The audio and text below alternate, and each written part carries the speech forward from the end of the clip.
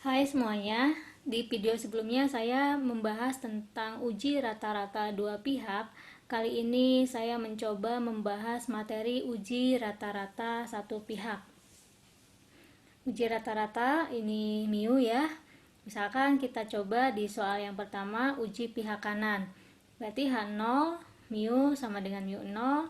Alternatifnya atau lawannya mu lebih dari mu0 karena dia uji pihak kanan. Nah, kondisinya H0 ditolak jika nilai Z lebih besar sama dengan Z 0,5 minus alfa. Z 0,5 didapat dari 0,5 minus alfa ini ya. Selainnya itu maka H0 diterima. Contohnya ini bila variannya diketahui, tentu kita akan menghitungnya pakai tabel Z. Yang pertama, proses pembuatan barang rata-rata menghasilkan 15,7 unit per jam. Hasil produksi mempunyai varians 2,3. Metode baru diusulkan untuk mengganti yang lama jika rata-rata per jam menghasilkan paling sedikit 16 buah. Untuk menentukan apakah metode diganti atau tidak, metode baru dicoba 20 kali dan ternyata rata-rata per jam menghasilkan 16,9 buah. Pengusaha bermaksud mengambil resiko 5% untuk menggunakan metode baru apabila metode ini rata-rata menghasilkan lebih dari 16 buah. Bagaimana atau apakah keputusannya harus diambil si pengusaha? Nah, dari soal tersebut kita harus mengetahui variabel apa yang ada di dalam soal ini. Yang pertama, langkah pertama kita tentukan H0-nya apa, H1-nya apa. Misal hasil produksi berdistribusi normal, maka H0 di mana mu sama dengan 16 ya. Karena ini untuk menggunakan metode baru apabila metode ini rata-rata menghasilkan lebih dari 16 buah, berarti rata-rata hasil metode baru paling tinggi 16 gitu. Lalu alternatifnya tandingannya mu-nya lebih dari 16. Berarti memang rata-rata hasil metode baru lebih dari 16 dan artinya metode lama harus diganti. Itu kita buat hipotesanya. Lalu X rata-ratanya 16,9 buah. N-nya percobaannya sebanyak 20 kali. Varian, teman-teman masih ingat varian itu adalah kuadrat dari simpangan baku, maka ketika kita ingin mencari simpangan baku, kita akarkan variannya. Varian adalah 2,3, maka simpangan bakunya akar dari varian 1,52 dengan mu0 nya 16 dan taraf nyatanya, taraf signifikansinya adalah 0,05 atau 5%. Lanjut, kita hitung Z ya. Z dengan rumus X bar rata-rata dikurangi mu0 per sigma per akar N. Nih, masukkan angka-angka di atas. Lalu teman-teman hitung. Maka Z-nya adalah 2,64. Nah, Z hitung udah didapat. Teman-teman cari Z tabel. Jika alfanya 0,05 maka Z-nya 0,5 dikurangi alfa ya, 0,05 Z 0,45, Z 0,45. Teman-teman cari di sini. Ini kan antara 0,4495 dan 0,4505. Teman-teman lihat ini berapa? 1,6.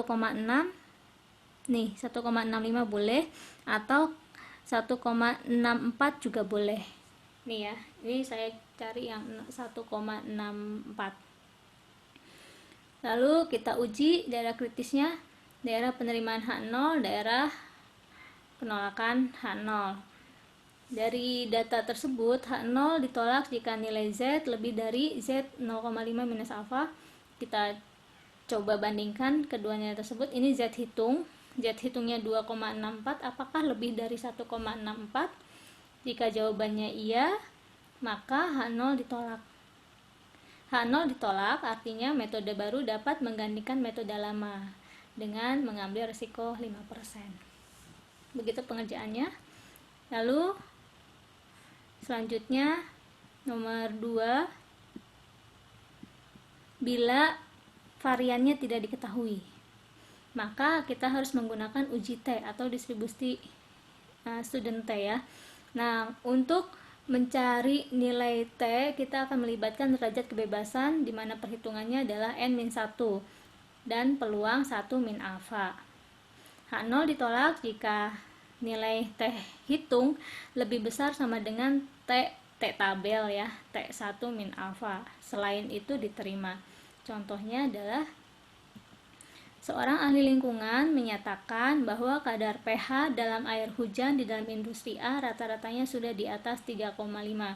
Jika dari daerah tersebut dipilih 8 lokasi, kemudian diukur kadar pH dalam air hujannya, ternyata hasilnya sebagai berikut: 3,5, 5,1, 3,6, 5,1, dan seterusnya. Diasumsikan kadar pH berdistribusi normal. Apakah data di atas mendukung pernyataan ahli lingkungan tersebut dengan taraf nyata 0,5%? Itu ya. Itu yang ditanyakan. Ini tabel T. Maka yang harus kita lakukan apa? Langkah pertama, tentukan hipotesanya. Hipotesanya apa yang terbentuk? Mu kurang dari sama dengan 3,5 dan alternatifnya mu lebih dari 3,5 ya. Apakah sudah di atas 3,5 gitu ya. Terus alfanya 0,05, n-nya 8, ini ada 8 buah, x 4,5, 152, ini didapat dari sigma xi per n. Gimana cara mencari rata-rata? Di soal tidak ditulis rata-ratanya berapa, tapi ada data, teman-teman bisa menjumlahkan semua data ini lalu dibagi n, dan simpangan baku 0,64 di sini ya. Cari simpangan baku teman-teman dari data yang ada. Jadi di soal tidak langsung dijelaskan simpangan bakunya berapa. Pakai rumus ini, mudah-mudahan teman-teman masih ingat. Nah, lalu kita hitung T hitungnya sama rumusnya, kita masukkan saja x bar minus mu 0 per S per akar N, hasilnya adalah 4,47. Jika alfanya 0,05 dengan derajat kebebasan N-1, N-nya 8, N itu banyak data, dikurangi 1 sama dengan 7, maka T1 min alfa 1 min 0,05 adalah T 0,95. T 0,95 berapa hasilnya? Gimana nyarinya? Oh ini ya, teman-teman cari DF-nya berapa? 6, 7 di sini, terus alfanya 0,05 ya, 7, 0,05 di sini, 1,895 dibulatkan jadi 1,9. Baik, kita lanjutkan, kita ke pengujian daerah kritis.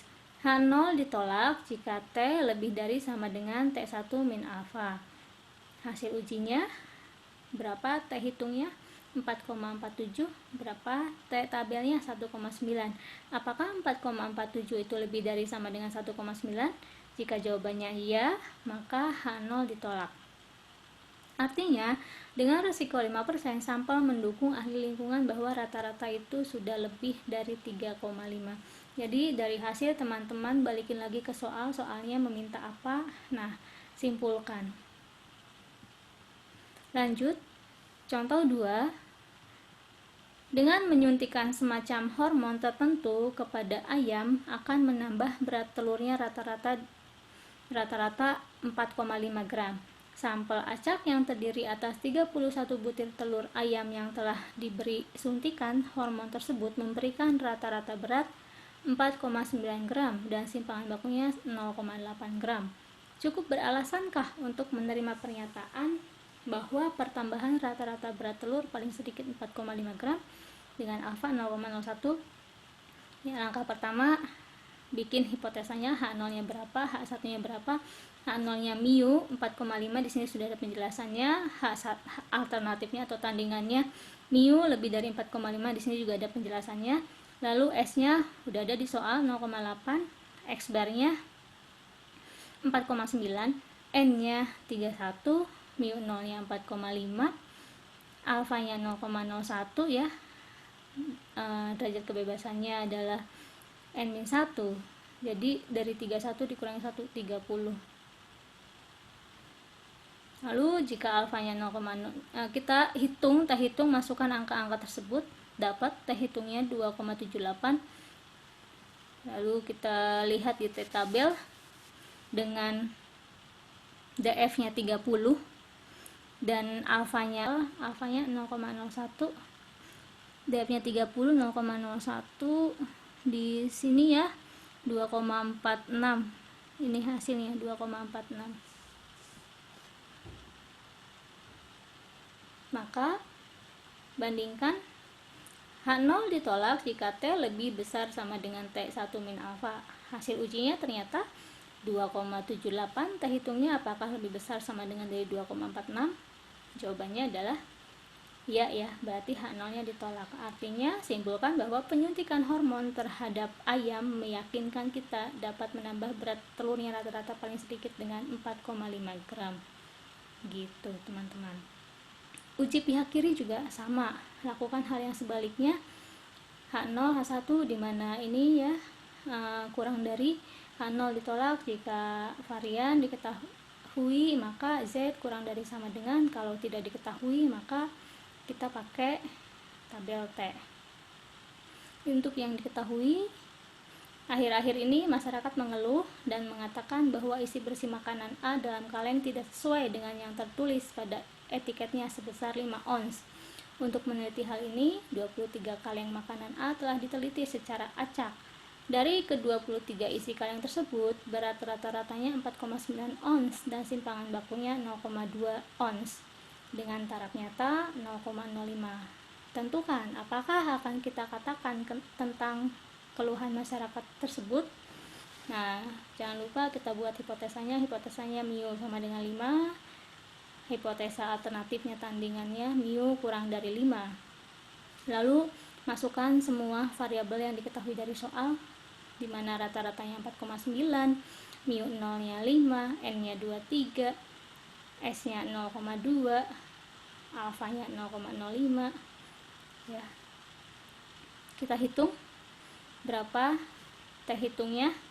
T hitungnya minus ternyata.